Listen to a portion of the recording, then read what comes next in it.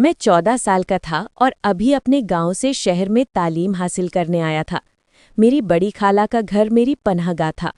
उसका शौहर बैरून मुल्क रहता था और वो ज्यादातर घर में अकेली रहती थी। शुरू में मुझे ये सब कुछ अजीब लगा, लेकिन आहिस्ता आहिस्ता मुझे उसकी मोहब्बत और प्यार महसूस होने लगा। वो मेरी वालिदा की दोस्त भी थीं, इसलिए वो मेरे साथ बहुत इज्जत से पेश आती थीं। वो घर के तमाम काम खुद करती थी और हमेशा मुझसे पूछती थी कि क्या मुझे पढ़ाई के दौरान किसी चीज़ की ज़रूरत है। कभी वो मेरे लिए दूध का गिलास लाती, कभी फल, कभी नाश्ता। मैं हैरान था कि कोई इतनी मोहब्बत इतने दिल से कैसे पेश कर सकता है। उसकी मुस्कुराहट और उसके बोलने का अंदाज मेरे दिल को छू गया। उस शाम बारिश हो रही थी, बिजली चली गई थी। मैं कमरे में किताब खोले बैठा था जब खाला जलती हुई मोमबत्ती के साथ अंदर आई। उसने सफ़ेद शलवार कमीज पहन रखी थी। उसके बाल ढीले थे और बारिश की नमी उसके चेहरे पर उतर रही थी। पहली बार मैंने उसकी तरफ इस अंदाज से देखा जो शायद मुझे नहीं होना चाहिए था। मेरा दिल धड़कने लगा। खाला ने हंसते हुए कहा, इतनी घबराई हुई हो, वहां क्यों बैठी हो? अभी बारिश हो रही है, डरने की क्या बात है?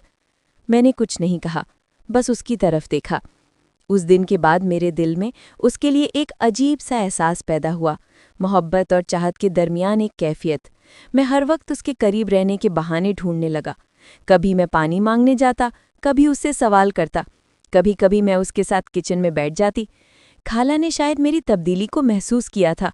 उसकी आंखों में भी कुछ ऐसा लग रहा था जिसे बयान करना मुश्किल था। एक रात में बेदार हुआ तो देखा खाला सहन में बैठी थी। हवा चल रही थी और उसका चेहरा और रंगत चांद की रोशनी में मुनव्वर हो रही थी। मैं अंदर दाखिल हुआ और उसके पास बैठ गया। उसने मेरी तरफ देखा और आहिस्ता से कहा, मैं सो नहीं सका। मैंने सर झुकाकर कहा, खाला जान, मुझे आपके साए में बैठकर सुकून क्यों मिलता है? वो फिर हल्का सा मुस्कुराया और मेरे सर को सहलाने लगा।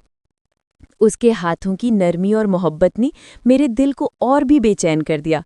अगले दिन जब मैं स्कूल से वापस आया तो खाला ने मेरा पसंदीदा खाना पकाया था। रात के खाने के बाद मैं उसके साथ टीवी देखने बैठ गया। वो मेरी तरफ देखती रहीं और आहिस्ता से मुस्कुराती रहीं। मुझे लगा कि उसे सब कुछ बता दूं, लेकिन मैं खुद को नहीं ला सका। खाला ने आहिस्तगी से कहा, तुम जानती हो, मुझे तुम्हारी मासूमियत पसंद है। तुम मुझे अपने बच्चों की तरह लगती हो। उसकी बातें सुनकर मेरे दिल में एक शदीद दर्द पैदा हुआ, बल्कि एक अजीब सुकून का एहसास भी हुआ। दिन गुजरते गए और मेरा ताल्लुक बढ़ता गया। जब मैं बीमार हुआ तो मेरी खाला ने सारी रात मुझे पाला और दवाइयाँ लेकर आईं। उनकी आंखों में परेशानी देखकर मुझे यकीन हो गया कि वो सिर्फ मेरी खाला नहीं है, वो मेरे दिल की धड़कन बन गई थी। मैं अक्सर सोचता था कि अगर वो मेरी जिंदगी में ना होती तो शायद ये शहर मेरे लिए अजीब और मुश्किल होता। एक शाम मैंने हिम्मत करके पूछा, खाला, अगर मैं आपको कुछ बताऊं तो क्या बुरा मानेंगी? वो हल्की सी मुस्कुराहट के साथ बोली, नहीं बेटा, बताओ। मैंने लरसती हुई आवाज में कहा, मुझे तुम बहुत पसंद हो। जी हाँ, इसका मतलब बहुत है। खाला काफी देर तक मेरी तरफ देखती रही। उसकी आंखें आंसुओं से तर हो गईं। उसने मेरा हाथ पकड़कर कहा, ये जज्बा तुम्हारे दिल की मासूमियत है। तुम अभी बहुत छोटी हो, शायद तुम्हें समझ ना आए, लेकिन तुम्हारे दिल की बात मैं समझती हूँ। इसके बाद वो खामोश हो गया, लेकिन उसकी खामोश आंखें सब कह रही थीं। मुझे यूं लगा जैसे वो भी अपने दिल की गहराइयों में कुछ महसूस कर रही है, लेकिन उसे अल्फाज में बयान नहीं कर सकती। मैंने इस एहसास को अपने पास रखा। मैंने महसूस किया कि खाला के साथ मेरा रिश्ता अल्फाज से कहीं आगे बढ़ गया था। अब मैं सिर्फ उसकी बहन का बेटा या उसकी माँ का मेहमान नहीं था। इसके बजाय उसने मुझे अपनी इनायत और मोहब्बत में गले लगाया था। कई साल गुजर चुके थे। मैं पढ़ाई के बाद उसका हो गया था, लेकिन वो दिन और लम्हे मेरी जिंदगी के खूबसूरत तरीन हिस्से रहे।